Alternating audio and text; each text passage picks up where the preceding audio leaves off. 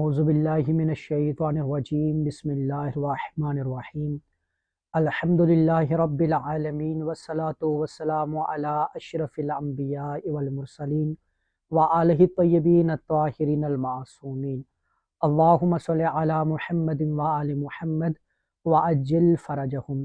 السلام علیکم ورحمۃ اللہ وبرکاتہ۔ یا علی علیہ السلام مدد۔ معزز ناظرین، میں سید اولاد حسین نقوی النجفی عرض کربلا ٹی وی کی جانب سے پروگرام سفینۃ النجات کی 7ویں نشست میں کربلا معلیٰ سے حاضر خدمت ہوں۔ جیسا کہ ہم ابواب حرم کریم کربلا علیہ السلام پر گفتگو کر رہے ہیں اور ہم اب تک 6 ابواب پر گفتگو کر چکے ہیں، آج کی ہماری اس نشست کا موضوع کلام حرم امام الحسین ابن علی علیہ السلام کے 7ویں باب باب السدرہ پر ہے۔ سدرہ عربی زبان میں بیری کو کہتے ہیں۔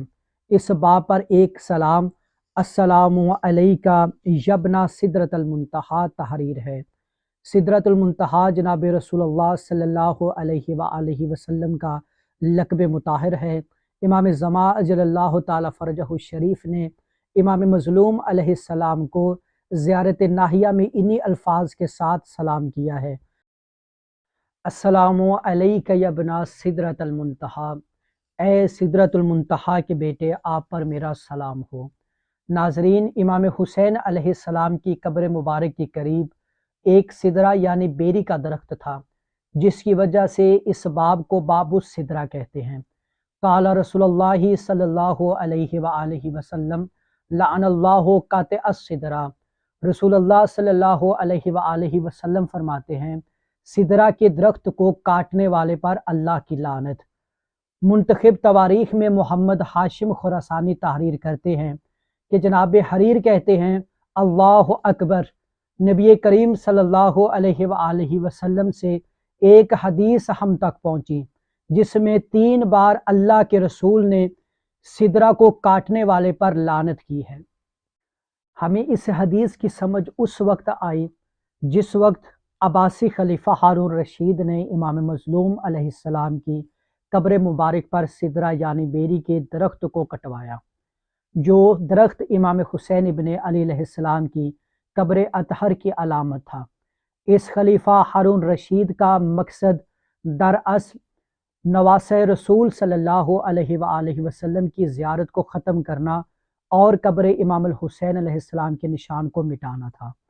اس ملاؤن نے فقط اس درخت کو ہی نہیں کٹوایا بلکہ بیلوں کے ساتھ قبر امام الحسین علیہ السلام پر ہل چلوانے کا حکم دیا۔ جیسے ہی بیل امام علیہ السلام کی قبر کے قریب آتے اپنا رخ تبدیل کر لیتے، مگر قبر امام الحسین علیہ السلام پر ہل نہ چلاتے، یہاں تک کہ ان بیلوں کو مارا پیٹا جاتا مگر بیل قبر امام علیہ السلام کے قریب نہ آتے۔ ملاؤن خلیفہ ہارون رشید نے حکم دیا کہ نہر فرات کا رخ قبر امام الحسین ابن علی علیہ السلام کی جانب کرو۔ نہر فرات کا رخ تبدیل کر کے پانی امام الحسین ابن علی علیہ السلام کی قبر تک لایا گیا۔ جیسے ہی پانی امام علیہ السلام کی قبر کے قریب آتا اپنا رخ تبدیل کر لیتا۔ آج جس جگہ پر حرم امام الحسین علیہ السلام کے اندر کے ابواب جو ذریعہ مبارک کے قریب تقریباً 11.5 میٹر تک ہیں، پانی اپنا رخ تبدیل کر لیتا۔ جس جگہ تک نہر فرات کا پانی آیا اس جگہ کو آج شاعر الحسینی کہا جاتا ہے۔ اس ملاؤن کا مقصد امام حسین علیہ السلام کی قبر کو مسمار کرنا تھا تاکہ لوگ زیارت قبر امام الحسین علیہ السلام پر نہ جائیں۔ ہر زمانے میں زیارت قبر امام الحسین ابن علی علیہ السلام کے لیے روکا جاتا مگر آج تک قبر امام حسین ابن علی علیہ السلام ہر خاص و عام کے لیے زیارت گاہ بنی ہوئی ہے۔ ناظرین، یہ تھی ہماری آج کی 7ویں نشست جس میں ہم نے باب السدرہ پر گفتگو کی۔ اگلی نشست تک کے لیے ہمیں اجازت دے۔ اللہ حافظ و ناصر، والسلام۔